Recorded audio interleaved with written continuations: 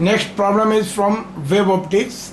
A light source which emit two wavelength, lambda 1 is equal to 400 nanometer and lambda 2 is equal to 600 nanometer, is used in a young double slit experiment. If recorded fringe widths for the lambda 1 and lambda 2 are beta 1 and beta 2 and the number of fringes from them within a distance y on the one side of the central maximum are m1 and m2 respectively, then you have to answer beta 2 is greater than beta 1, m1 is greater than m2. From the central maximum, third maximum of the lambda 2 overlap with fifth minimum of lambda 1 and the angular separation of fringe from lambda 1 is greater than lambda 2. More than one option correct hai. Let us solve this problem. Here lambda 1 is 400 nanometer and lambda 2 is 600 nanometer given, right? तो हमको बताना है कि जो option दिए हुए हैं B2 is greater than beta 2 is greater than beta 21, M1 is greater then M2 और ये सब सारे ऑप्शन बताना है. तो सबसे पहले हम लोग ये देखें कि लैम्डा 1 लैम्डा 2 दिया हुआ है तो हम जानते हैं कि what will be beta 1. Fringe width beta 1 will be equal to how much? This is lambda 1 that is 400 and capital D divided by D, so this will for beta 1, right? And what for beta 2? This beta 2 will be equal to 600 capital D by small d, capital D by, तो obviously अब यहाँ से क्या हो जाएगा? This clearly gives us कि this beta 2 is greater than beta 1, beta 2 is greater than beta 1 and therefore option A क्या हो गया? We have option A is correct, right? Now second is the number of fringes in given width M1 M2 वो दे रहा है. So y width में अगर मान लीजिए कि now number of fringes in a given width,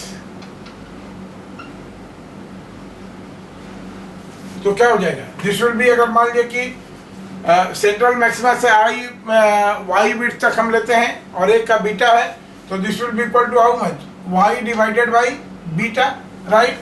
और तब यहाँ से हम देख रहे हैं कि this number m is proportional to inversely proportional to beta. Fringe width का इनवर्सली प्रोपोर्शनल है, जाहिर सी बात है, क्योंकि beta 2 is greater than beta 1, so यहाँ से क्या हो जाएगा? Beta 2 is greater than beta 1, तो यहाँ से M2 लेस हो जाएगा M1 से, so we give M2 is less than M1, right? And we have option B is also correct. Option B सही हो गया. नाउ ये दिया हुआ कि थर्ड ऑप्शन है हमारा कि from the central maximum third maximum of lambda 2 overlap the fifth minimum of lambda 1. Now what is position of third maximum? So we have C को चेक करते हैं. ऑप्शन सी को चेक करने के लिए देखते हैं कि क्या होता है. Third maximum of lambda 2, so now we have y3 max. Lambda 2 की अगर बात करें तो कितना हो जाएगा? This will be 3 lambda 2 d divided by d, capital D divided by d, right? और लैम्डा 2 का वैल्यू कितना है? 600, तो this will be equal to, this will be 1800 capital D divided by small d. Now this is equation number 1. Now what for fifth minimum of lambda 1? y5 minimum lambda 1 का अगर हम calculate करेंगे तो देखिए lambda 1 इसमें क्या होता है? This will be odd multiple 5 है, तो 2n minus 1 यानी 5 to the 10 minus 1 ये करेंगे तो this will be 9 lambda 1 d by d. 2n minus 1 lambda capital D by d होता है, तो lambda 1 is 4.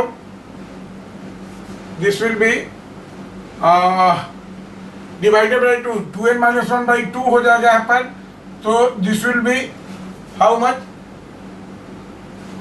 This will also be 1800 d by d. So from 1 and 2 we have y3 ये third maximum from central maxima is equal to 5 minimum from the central maxima. So we have option C is also correct. Now what for angular separation? So for checking the option D, हम लोग देखेंगे कि angular separation beta dash beta by D, और यहाँ से जब हम calculate करेंगे बीटा क्या है, lambda D by D, right, this is lambda capital D by D, right, तो इंटू डी हो जाएगा ये, और तब यहाँ से हम देखेंगे कि we have beta two is greater than, यहाँ पर आया हुआ कि beta two is greater then